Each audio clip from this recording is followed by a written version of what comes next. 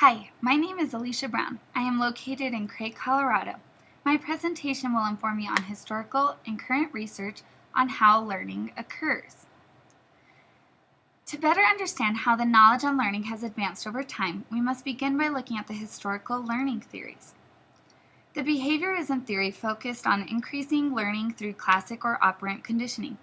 Classic conditioning is the belief that certain stimuli will produce certain results.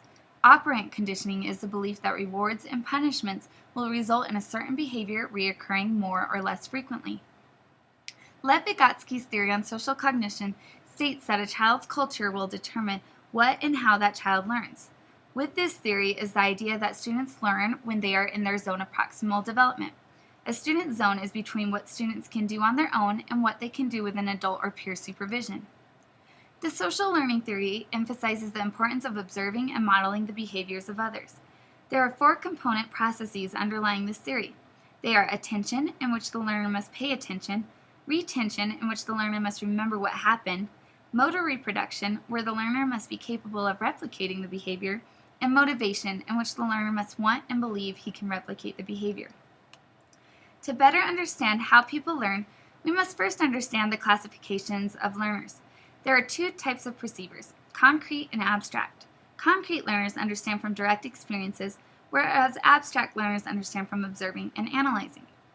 Gardner's study on multiple intelligences has provided educators with vast amounts of information on students' learning styles. Gardner discovered 8 significant learning styles. Verbal linguistic learners use language to understand. These students have well-developed auditory skills. The teacher should utilize reading and writing when instructing these students. For example, they would prefer a math word problem versus an equation. Visual spatial learners think best in pictures and images. The teacher should use models, graphics, videos, and other multimedia. Bodily kinesthetic people learn through physical motion. For these students, teachers should use hands-on activities, manipulatives, and role-playing. Logical mathematical people learn through exploration of numbers and patterns. Teachers should use logic games, investigations, and experiments. Interpersonal learners value person-to-person relationships. These students should be able to do work collaboratively and communicate through such things as writing or email. Intrapersonal learners have an acute awareness of oneself and learn through reflection. The teacher should allow them to participate in independent study, to journal or blog, and give them time to reflect. Musical rhythmic learners are responsive and sensitive to sounds and rhythm. The teacher can use lyrics to teach lessons, such as chants to help them remember various rules. Music in the background may also be beneficial. Naturalistic learners are curious about their surroundings and show favoritism among living things. They learn from touching, feeling, holding, and doing, and they often prefer the outdoors. I will now evaluate the findings researchers have made on the brain. Researchers have divided their information into 4 primary categories: cognition, metacognition and feedback, motivation, individual, and social factors. Cognition is one's ability to acquire new knowledge based on pre-existing knowledge. It is important that teachers connect what students are learning to their primary knowledge. If there is no pre-existing knowledge to connect the new learning to, then teachers must make connections through concrete experiences. Making well-developed connections will help students better master the subject and be able to transfer it to new contexts. The ability for students to effectively transfer their knowledge weighs heavily on how accurately their memory recalls the information. Students are better able to keep information when it is associative. This is why attaching new learning to something that is already embedded in their memory will result in higher achievement. Metacognition is an individual's ability to predict how they will perform on different tasks and be able to monitor their level of mastery.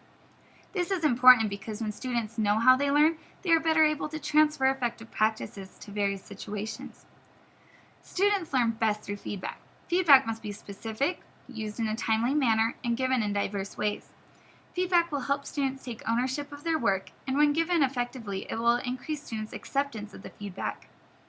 Motivation is a critical element in increasing students' desire to learn. Students are motivated in 2 ways, extrinsically and intrinsically. Some students must be built up with extrinsic motivators and move towards being intrinsically motivated.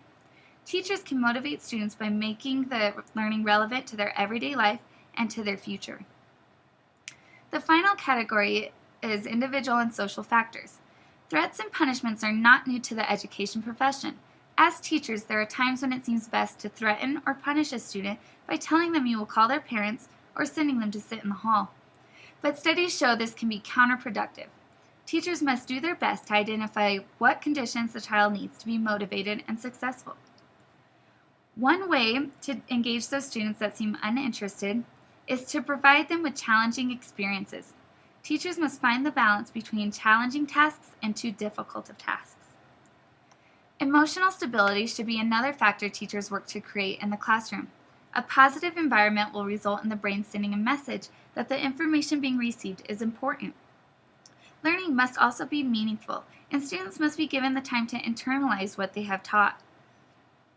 Learner-centered principles were developed by one of the American Psychological Association teams under Charles Spielberger. The principles are the guidelines about learners and natures of learning. There are 14 learner-centered psychological principles developed. These were further broken into 6 areas of essential understanding and research of what every educator should know about learners and the learning process. Not in the area of knowledge base, teachers must have knowledge and value knowledge. The teacher should understand the learning process and allow students to have their interpretations of the learning.